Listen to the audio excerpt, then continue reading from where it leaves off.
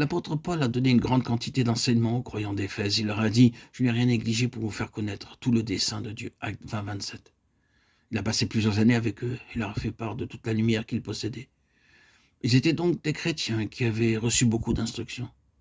Après cela, Paul alla en prison, et de là, il leur écrivait une lettre dans laquelle il leur dit: faisant mention de vous dans mes prières, je prie le Dieu de notre Seigneur Jésus-Christ, le Père de gloire, de vous accorder un esprit de sagesse et de révélation qui vous apprenne à le connaître et d'illuminer les yeux de votre cœur. Éphésiens 1, 16, 18. Il ne s'agissait pas de leur salut. Ils étaient sauvés depuis longtemps et avaient déjà reçu un enseignement très riche. Ils avaient déjà suivi un long chemin avec le Seigneur. Et Paul cependant fait encore monter à Dieu cette prière pour eux. Il dit: en effet, tout ce que vous avez reçu et tout ce que je vous ai donné n'est rien en comparaison de ce que vous avez encore à voir dans le Seigneur Jésus. Et tout ce dont vous avez besoin, c'est que vos yeux soient ouverts. Vous avez besoin de l'esprit de sagesse et de révélation. Oh, combien cela est important. Avons-nous remarqué comment Paul termine cette lettre aux Éphésiens? Ce n'est pas contre la chair et le sang que nous avons à combattre, mais contre les dominations, contre les puissances, contre les princes de ce monde, de ténèbres, contre des esprits mauvais qui sont dans les régions célestes. Éphésiens 6, 12. Et c'est là que Paul dit: revêtez-vous de toutes les armes de Dieu afin de pouvoir tenir ferme contre les embûches du diable. Éphésiens 6, 11.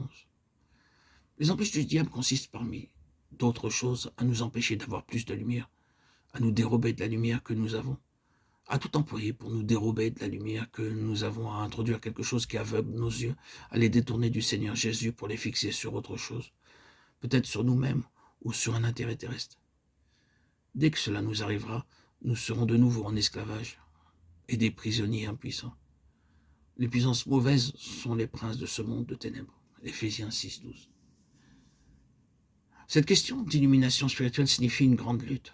En vérité, il y a toujours une bataille à livrer pour recevoir une lumière spirituelle nouvelle. Il faut nous arrêter ici pour le moment, bien que nous ne soyons qu'arrivés au seuil d'une question très grande. Nous terminons en rappelant ce qui a déjà été dit. Cette pensée si grande de Dieu est reprise en Christ pour être transférée ensuite à ses compagnons. Nous aurons pu parler un peu de la lutte que Christ a soutenue avec ses propres compagnons durant les jours de sa chair à ce sujet. Il en avait choisi 12, le nombre des tribus d'Israël. Il avait fait d'eux ses compagnons, mais quelle difficulté il eut à leur faire comprendre. Il dut dire à plusieurs reprises: ne comprenez-vous pas encore? Et il dut présenter son enseignement en parabole pour de petits enfants, pour essayer de faire pénétrer dans leur esprit obscur une compréhension de la vérité spirituelle.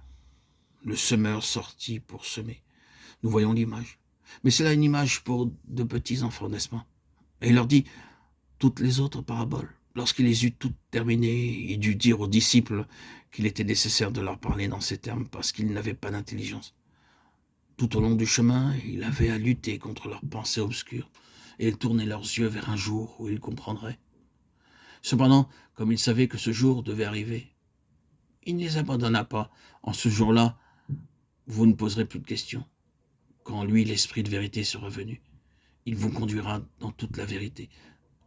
Jean 16, 13. Je me suis dit bien souvent que le Seigneur Jésus doit s'être senti très heureux au jour de la Pentecôte. Avons-nous lu le message que Pierre apporta à la multitude en ce jour-là? Il y a ici un profond sujet d'étude biblique pour nous, si nous faisons une liste de tous les sujets touchés dans cette prédication. Elle est toute remplie de l'Ancien Testament et Pierre déclare: tout cela a été accompli en Jésus-Christ.